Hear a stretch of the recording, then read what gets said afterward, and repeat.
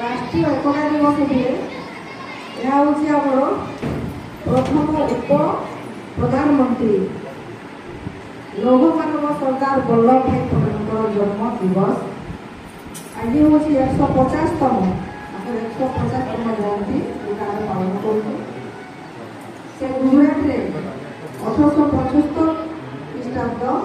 आज 31 अक्टोबर में जन्मग्रहण करते मृत्यु होता 1950 मसीह।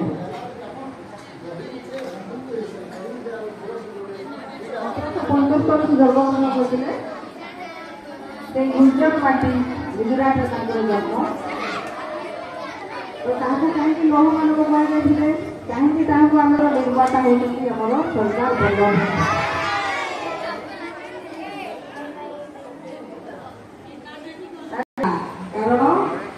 सारा भारत में से समय 565 गणजात राज्य था भारत सहित मिसवा जो स्वाधीन भारत भितर 565 आहरी स्वाधीन तो से कौशल क्रमे कह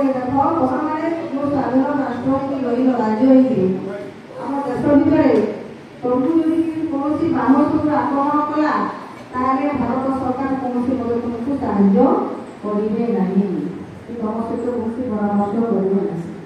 से डरी डरी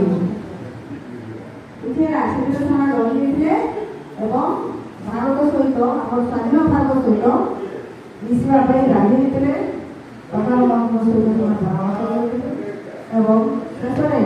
से 565 गणजात आम स्वाधीन भारत सहित मिश्रण तो आम ओडिशा से समय छुट्टी जो